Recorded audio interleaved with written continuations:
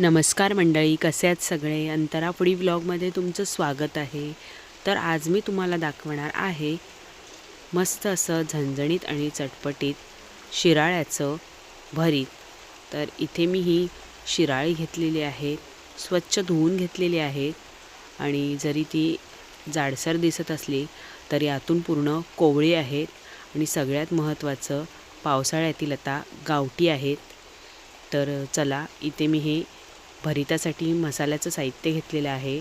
शेंगदाणे, सुकं खोबरं, पांढरे तीळ, लाल तिखट, मीठ आहे, गरम मसाला, थोडीशी कोथिंबीर आहे आणि हळद, हे सगळं साहित्य घेतलेलं आहे. तर सगळ्यात आधी आपण हे शिराळ्याचं जे वरचं शीर आहे आणि जाडसर कोटिंग आहे ते आपण बटाट्या स्लायसरच्या सहाय्याने काढून घेऊया.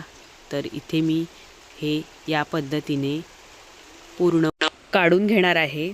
तर इथे बघू शकता, या पद्धतीने माझं हे सगळं जे शीर आहे ते काढून झालेलं आहे आणि उरलेल्या शिराळ्यांचं सुद्धा मी हे पूर्ण साफ करून घेतलेले आहेत. तर इथे बघू शकता, हे सगळे राहिलेले काढून घेतलेले आहेत. तर आता हे आपण या पद्धतीने असे कट करून घेऊया. अगदी थोडे जाडसरच कट केलेले आहेत, म्हणजे आपले मसाला भरायला ते सोपं जाईल. तर इथे बघू शकता, हे सगळे असे कट करून झालेले आहेत. तर आता आपण जे वांग्याच्या भरितासाठी जे काप करतो तसे मी या पद्धतीने 4-4 भागमध्ये ते मध्ये कट करून घेणार आहे. इथे बघू शकता. तर आपण या पद्धतीने हे कट करून घ्यायचे. तर जवळपास माझे हे सगळे शिराळ्यांना काप करून झालेले आहेत. तर आता आपण मसाला तयार करायला घेऊया. तर इथे कढई गरम झालेली आहे, त्यामध्ये हे सुकं खोबरं घातलेलं आहे आणि खोबरं आता इथे बघू शकता गोल्डन ब्राऊन कलरवर आलेलं आहे.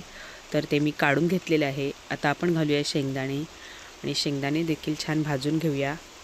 तर आता घालूया तीळ आणि ते देखील 1 मिनिटभर परतून घेऊया. मी धने दाखवायचे राहून गेले होते, तर ते देखील मी घातलेले आहे. धन्यामुळे एक छान वेगळी टेस्ट येते. आणि इथे लसूण घेतलेले आहे. तर हे आता आपण मिश्रण सगळं मिक्सरच्या भांड्यात काढून घेऊया आणि छान असे आपण ती बारीक पावडर करून घेऊया. तर इथे मी मगाशी दाखवल्याप्रमाणे जे सुके मसाले होते ते सगळे यामध्येच मी वाटपामध्ये घातलेले आहेत, म्हणजे सगळं एकजीव होईल. पुन्हा आपल्याला एकजीव करण्याची काही गरज नाही. तर इथे हे सगळं मी अगदी मिठासहित सगळंच मी मिक्सरच्या भांड्यामध्ये घातलेलं आहे आणि इथे बघू शकता अगदी छान अशी मस्त पेस्ट आपली तयार झालेली आहे. तर ही जो हा मसाला तयार झाला आहे हा तुम्ही अगदी चपातीबरोबर, भाकरीबरोबरसुद्धा असाच देखील खाऊ शकता किंवा प्रवासासाठी देखील नेऊ शकता. तर इथे हा आता मसाला मी आहे तो शिराळ्यामध्ये छान असा भरून घेणार आहे. अगदी या पद्धतीने इथे बघू शकता मस्त असा भरून घ्यायचा आहे. तर सेम पद्धतीने मी दुसरा एक तुम्हाला दाखवते भरून. ते बघू शकता.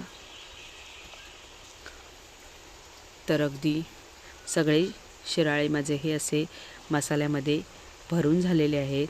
तर आता आपण कढईमध्ये तेल गरम करून घेऊया. तर इथे मी कढईत तेल घातलेलं आहे आणि तेल गरम झालं की त्यावर घातलेला आहे मी ठेचलेला लसूण. तर ठेचलेल्या लसूणचा थोडासा कच्चा वास कमी झाला की आपण त्यावर हे आपले शिराळे सोडूया. तर इथे मी हे एक एक करून शिराळे सगळे सोडलेले आहेत आणि आता मी ते तेलावरच छान असे फिरवून घेणार आहे.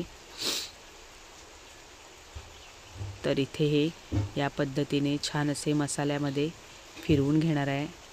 तर इथे माझे हे छान फिरवून झालेले आहेत. आता आपण थोडंसं मसाल्याचं जे कोटिंगचं पाणी राहिलेलं मिक्सरच्या भांड्याला, तर तेच पाणी मी यामध्ये घातलेलं आहे. आता आपण नुसतं असंच झाकण ठेवून त्यावर पाणी घालायचं नाही, तर वाफ काढून घेऊया. तर इथे बघू शकता मी न पाणी घालता वाफेवर नुसतं शिजवून घेतलेलं आहे. खूप छान झालेलं आहे आणि इथे कलर देखील तुम्ही बघू शकता. खूप मस्त असा कलर आलेला आहे. हे भाकरीसोबत किंवा चपातीसोबत किंवा भातासोबत तुम्ही हे खाऊ शकता. तर नक्की करून बघा आणि कशी वाटली माझी रेसिपी कमेंटमध्ये मला नक्की सांगा. लाईक करा, शेअर करा आणि माझ्या छोट्याशा चॅनलला सबस्क्राईब करा. धन्यवाद.